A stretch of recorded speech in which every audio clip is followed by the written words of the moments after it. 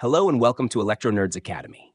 In today's video, we'll explore how to control high voltage and high power devices using an Arduino. As you may know, our Arduino can only handle DC voltages up to 5 volts and can safely manage a current of up to 20 milliamps through its digital pins. This means we can't directly operate a 12-volt DC motor or a mains-powered light bulb with just the Arduino. Enter the hero of our story, the relay. A relay is an electrically operated switch that uses an electromagnet to mechanically operate a switching mechanism.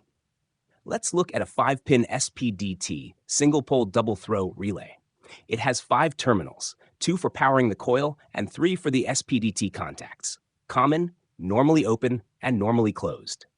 The operating principle of a relay is straightforward. In its resting state, the relay contacts are held in a specific position by a spring. The common contact is connected to the normally closed contact, with no connection between common and normally open. When a current flows through the coil, it creates a magnetic field that attracts the armature, a movable iron piece, towards the coil. This movement changes the contact position, connecting common to normally open. When the current is turned off, the magnetic field collapses, and the spring returns the armature to its original position, reconnecting common to normally close. The schematic symbol of a relay looks something like this. It consists of 2 main parts, the coil and the switching contacts. In the symbol, you'll also notice the common, normally close, and normally open contacts. It's important to note that relay symbols are always drawn in their default or de-energized state, meaning how they appear when the relay coil is not energized. That is the reason why the common terminal is connected to the normally closed terminal. Based on the arrangement of their contacts, relays are available in different types. The most common one is the SPDT, single-pole double-throw relay, which has 5 terminals: 2 for the coil, 1 common, 1 normally open, and 1 normally closed. Another type is the SPST, single-pole single-throw relay, which has 4 terminals: 2 for the coil, and 2 for a normally open contact. A DPDT, double-pole double-throw, relay is also widely used and has 8 terminals: 2 for the commons, 2 normally open, and 2 normally closed contacts. In this video, instead of using a bare relay, we'll be working with a single-channel relay module, which looks like this. It has 3 screw terminals labeled common, COM, normally open, NO, and normally closed, NC. On the other side, it has 3 male header pins, VCC, GND, and a signal pin. The VCC pin is connected to the 5-volt supply, while the GND pin is connected to ground potential. When we supply a low signal, 0 volts to the signal pin, the relay switches on, disconnecting the COM terminal from the NC terminal and connecting it to the NO terminal.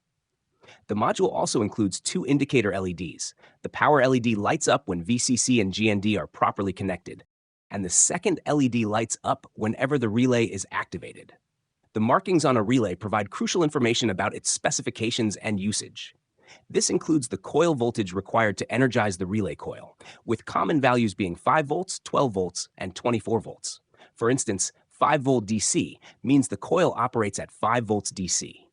Another important piece of information is the arrangement of contacts inside the relay.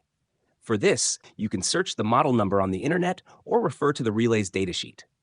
The contact ratings indicate the maximum voltage and current the contacts can handle. For example, this relay can handle 10 amperes at 250 volts AC or 10 amperes at 30 volts DC. Additional markings on the relay include the model number, certifications, and manufacturer details. Now let's look at the circuit diagram of the module, which shows a transistor used as a switch with 3 legs: base, collector, and emitter. When a small signal is supplied to the base, it allows current to flow between the collector and emitter. An NPN transistor requires a high signal to activate, while a PNP transistor requires a low signal. Here, we've used a PNP transistor. The relay coil is connected to the collector of the PNP transistor, with its other end connected to the GND terminal. The emitter is connected to 5 volts, and the base is connected to the microcontroller through a current-limiting resistor. A flyback diode is placed in parallel with the relay coil to protect the circuit from voltage spikes when the relay is de-energized, with the cathode connected to the collector and the anode to the GND. The module has 2 LED indicators. one connected in parallel with the relay coil through a current-limiting resistor indicating the relay's status, and another connected between the 5 volts and ground pins with a current-limiting resistor. The green terminal block is connected to the relay's normally open, normally closed, and common terminals for external connections. When the microcontroller outputs a low signal, it activates the transistor, allowing current to flow through the relay coil and energizing it. The relay contacts then switch, closing or opening the circuit connected to the normally open, normally closed terminals. Now let's create a small project where we control an AC bulb in our home using commands sent via the serial monitor. First, we need to connect the relay module to our Arduino.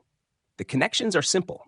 Connect the 5 volts and GND pins on the module to the corresponding pins on the Arduino, and connect a digital pin.